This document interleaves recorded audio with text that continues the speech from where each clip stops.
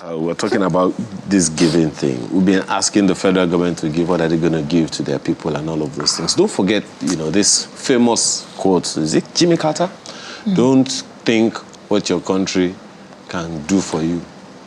J.F. Kennedy. J.F. Kennedy. Yes. Think what you can do for your country. In other words, don't think what people can give to you. Think what you can give to people. Over to you.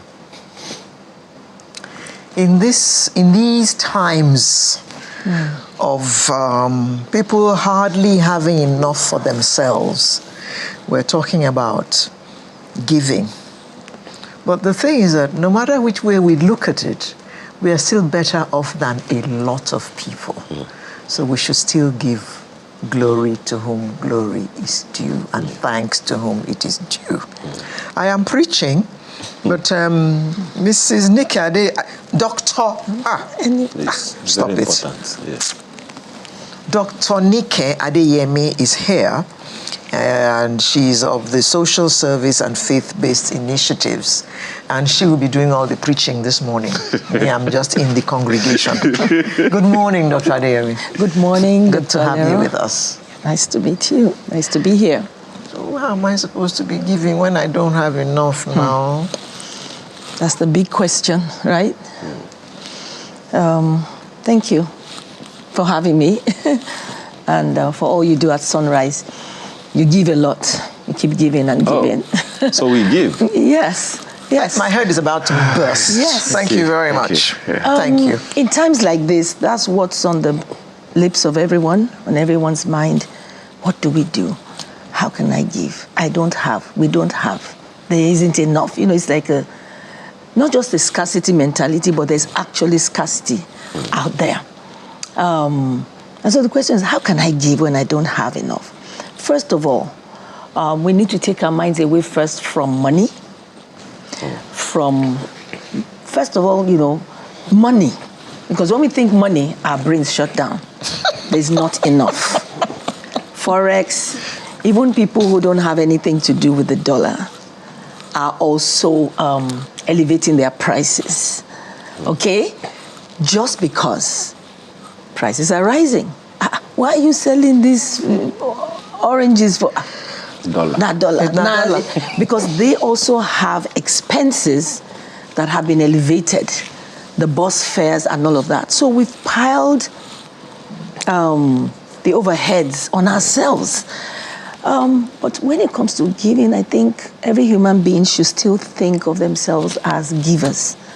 Think of yourself as an asset. In terms of giving, think of what you can give.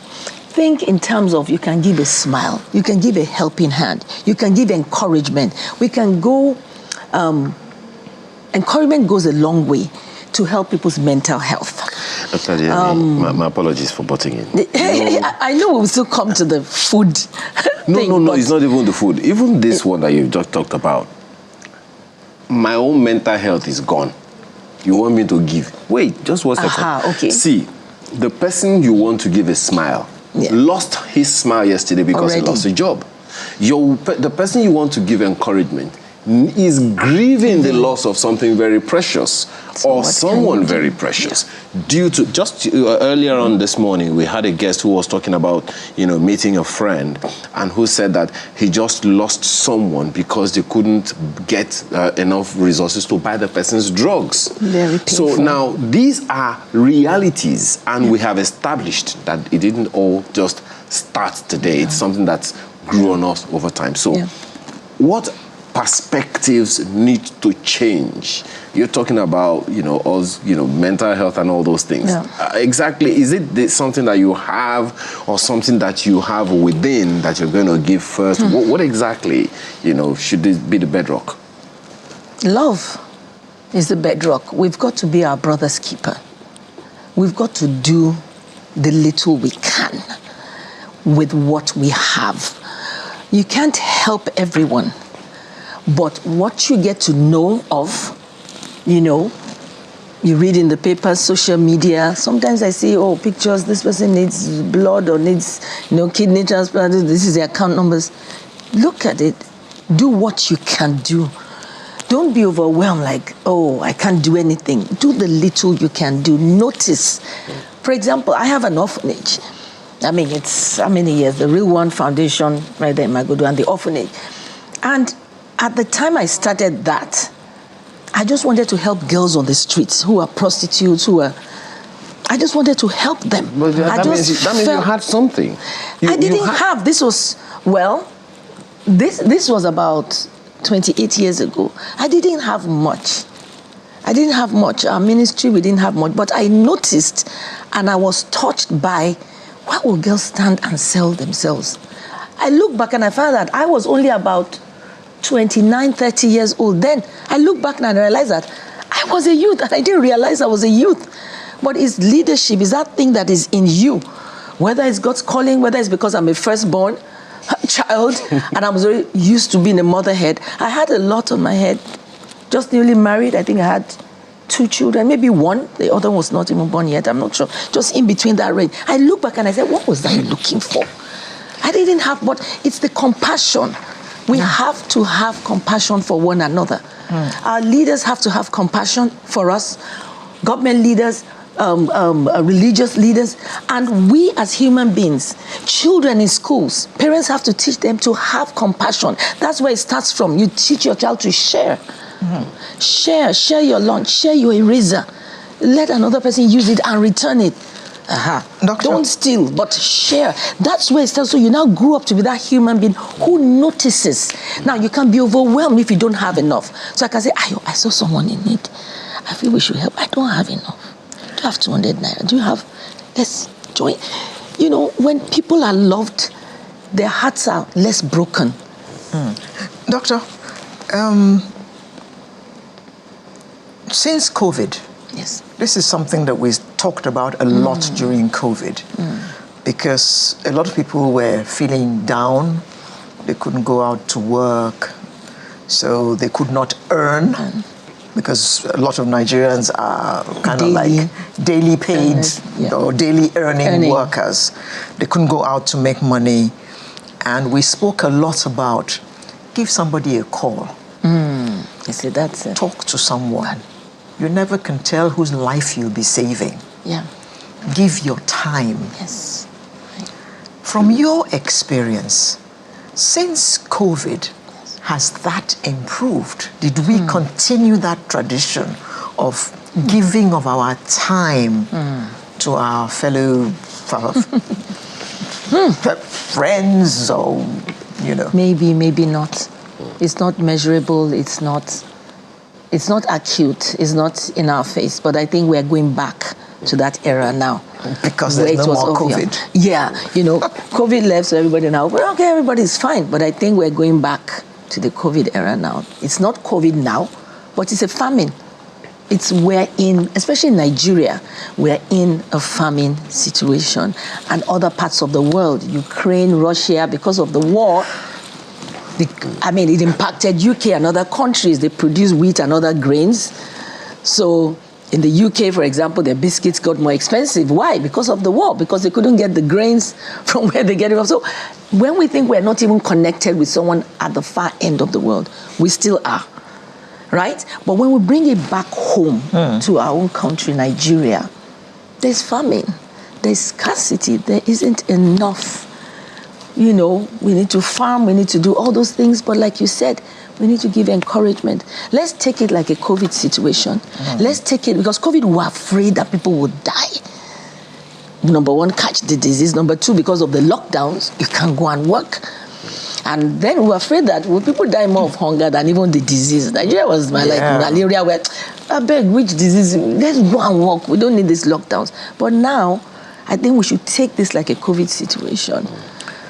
When you were talking earlier, you spoke about making it a culture. Yes. From when children are little, let them share their lunch, let them share their eraser. Yeah. I happen to know that in certain climes, they have a subject in school called volunteering. If that were introduced into the curriculum of schools here, wonderful. Would it help? Yes, ma'am. It will help. Abroad, it's it's a thing. When you take off time to volunteer, sometimes you're giving credit in school, or it forms a strong part of your CV, whether you're in elementary school, you're in secondary school, or in uni. Whether you are even a teenager, you're in uni, or, whatever age group, even if in your church, for example, you help out, you're allowed to record that as, volunteering. I usher people to their seats. You can record that as, because you've given some measure of your time to others and not yourself. It's such a huge thing in America and some other parts of the world.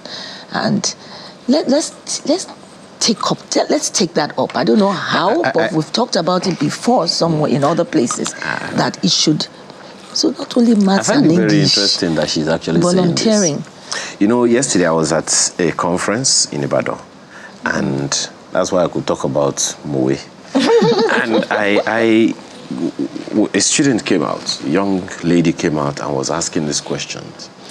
And people who work in foreign universities in Nigeria at that conference were saying it is actually a thing. Yeah.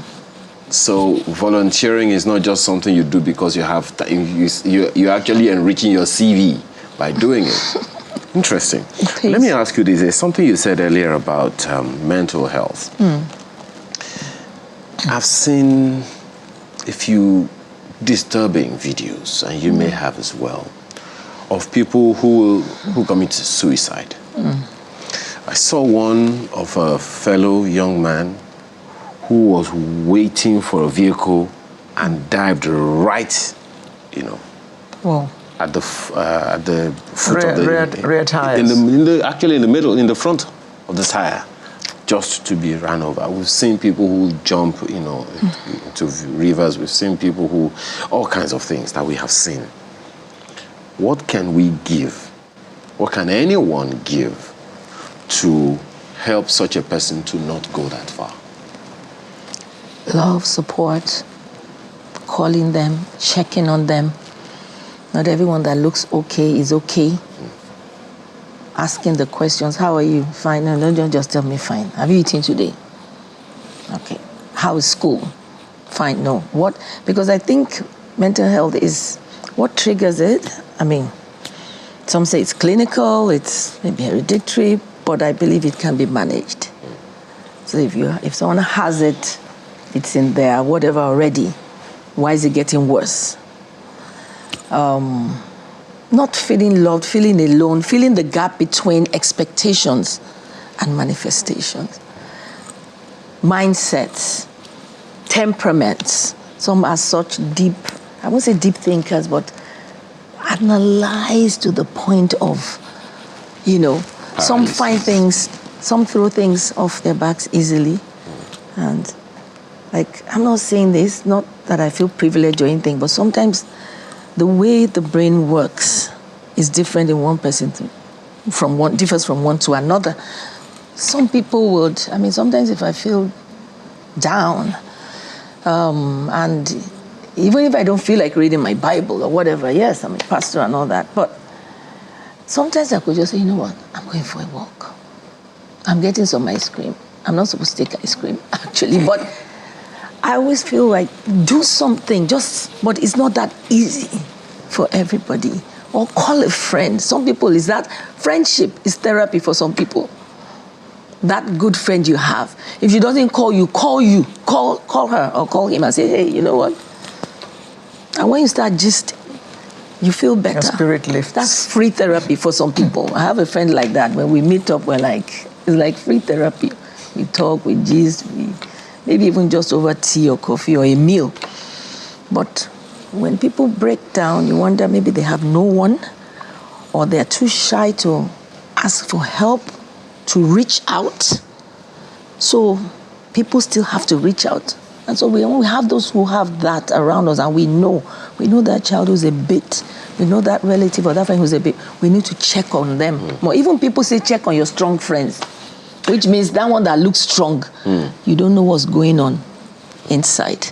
I've also heard this story that sometimes even the comedians are as vulnerable themselves who make us laugh. Yes. But there's this thing, you mentioned calling and all of those things.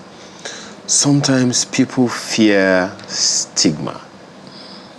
That if I come and say it now, they'll come and be calling me this.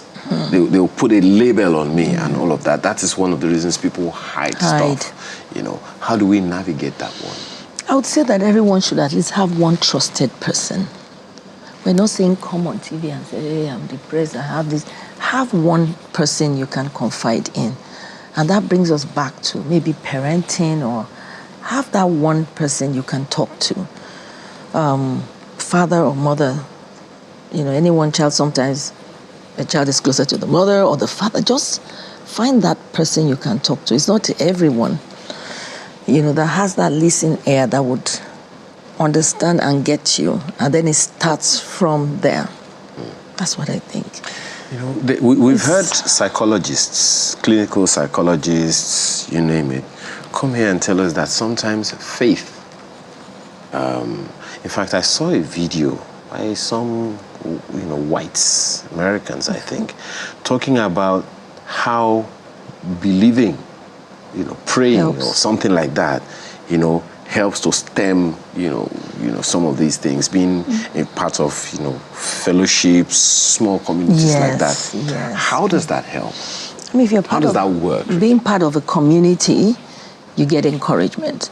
The word is shared. It doesn't have to be a large congregation. In fact, I think the small ones are better, where you have home fellowships, gatherings of 6, and stuff like that, because you can bring it down home. You can ask questions. In church, when the preacher is preaching, you don't raise your hand to ask a question. But when you're in that small fellowship that you're a part of, 6, 10 people, you can be more vulnerable. What is being shared should be more practical. You can ask questions. You can find someone who asked the question, and you connect, because you also are going through that, but you couldn't ask. That's why I love Q&A.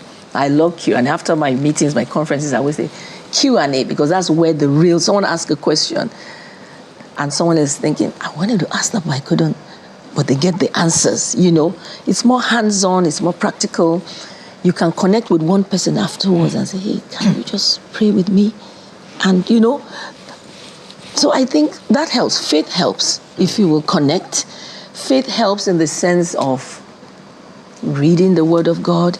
If you can't even read the Word of God, listening to music, gospel artists. We're not coming here to promote them, but I think every little help we can get.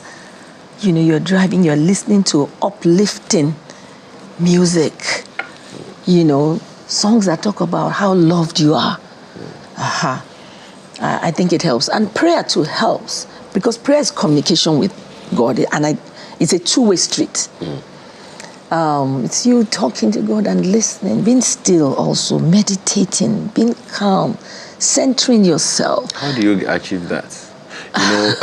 There's that thing about loving yourself. People don't even identify how to love themselves. People don't know how to listen to themselves. You have to love yourself. Even is it Confucius or so that said, know thyself, right? A philosopher. You have to understand yourself. You have to know yourself.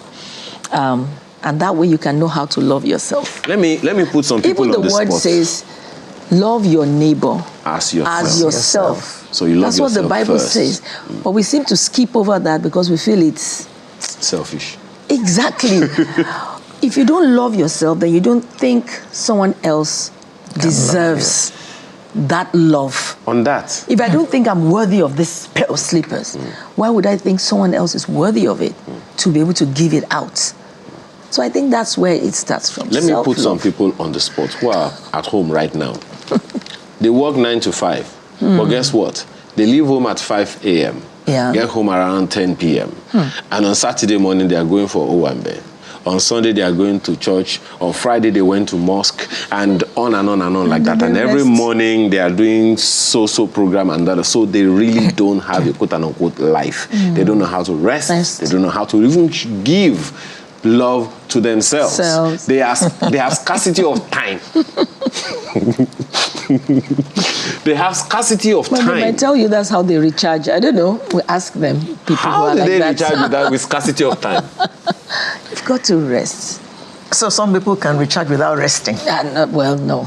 They really should rest. Okay. I'm saying maybe that's the answer they would give. Like, you can't keep going. You've got to rest. You've got to give yourself some love. Then it's out of the overflow that you give to others. We've had to learn that. I had to learn that over time. It's not as if it's always been perfect in my life, but you get to a point where you realize that, hey, I'm Getting to the on threshold. edge. I'm not, yes. You can't give from an empty cup. Yeah. We really have to give out of our overflow. Well, since you are in faith-based, you studied faith-based initiatives. That was not my original study. I studied architecture. Okay, well, but to master's level. You are also but I a decided pastor. to go for humanity. Yeah. So let us talk about faith-based institutions giving. Yeah. I saw a video, I don't know if it is Nigerian, I don't know if you saw that video, of a pastor asking people to put 3K in an envelope. 7K first. Oh, there is a 7K one. Then 3K. When nobody came up with 7, then he said 3. That they should put it in an envelope and run out. One time, I want to pray. Nobody ran out. Nobody. And you bring it lower. Bring it down to 1K. Well, even at 1K, nobody ran. I think those practices should be done over with. If we still see things like that, maybe in the past, I'm not siding anybody. We could say ignorance and all that, but that shouldn't be happening now. I mean, that shouldn't be happening because you give what you have. Bible says God loves a cheerful giver, and you don't give out of pressure, out of compulsion. You don't give out of fear. You don't cause people. Yeah, but if you don't give now, you will not go to heaven. The way some people, pastors say it is like if you don't, it's like you can buy your way to heaven. Oh no. One, in fact, if you don't give to a man of God like Skabasha.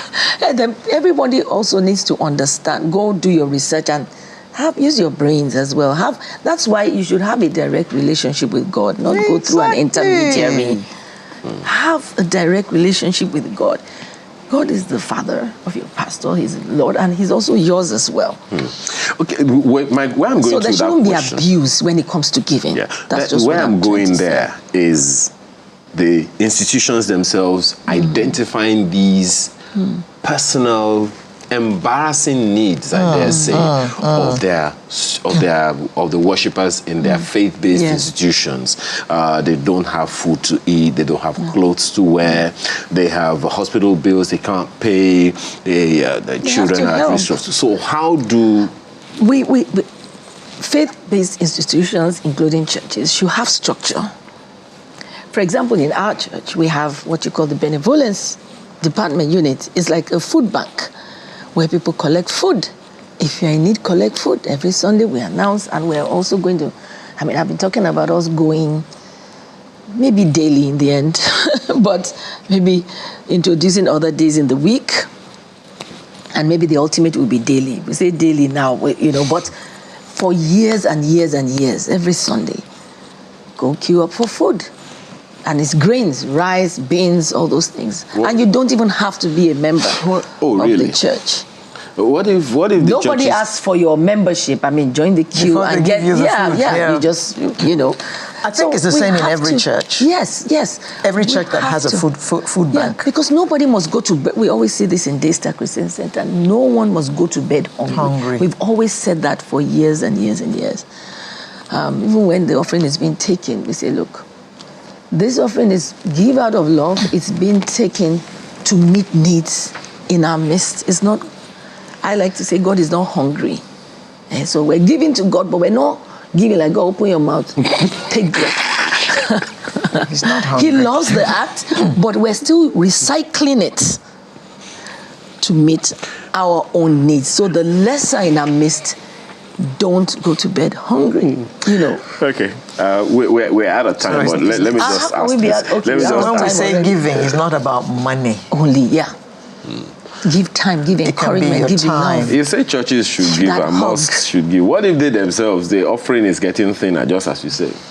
Well, which it must be. Which, because I mean, it must be because cost of living is yes, rising, so they don't have enough so to spare. The leadership of the church, the pastors and the leadership of the church need to look at everything and say, what can we do differently?